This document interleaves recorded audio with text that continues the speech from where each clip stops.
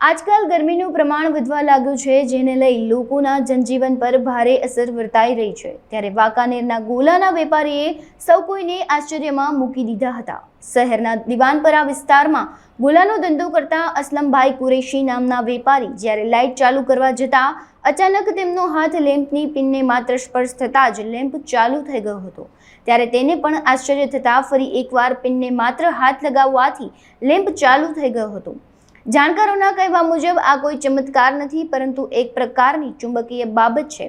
વ્યક્તિએ હાથ લગાવતા ચુંબકીય બળને લીધે આ રીતે લેમ્પ ચાલુ થઈ શકે છે। ત્યારે ધોમધકતા તાપ વચ્ચે વાંકાનેરના આ ગોલાના વેપારીએ આ ઘટના પ્રકાશમાં લાવતા ભારે કુતૂહલ સર્જાયું છે। હું વાંકાનેરમાં ગોલાનો વેપારી છું અને આજે સાંજે મેં લારી પર લેમ્પ ચાલુ કર્યો ત્યારે મારો અચાનક હાથ અડી ગયો લેમ્પને, તો લાઇટ ચાલુ થઈ ગઈ અને આજુબાજુના બધા માણસો મને જોવા આવ્યા અને મેં જોયું, પાછો હાથ અડાડ્યો તો પાછો લેમ્પ ચાલુ થઈ ગયો।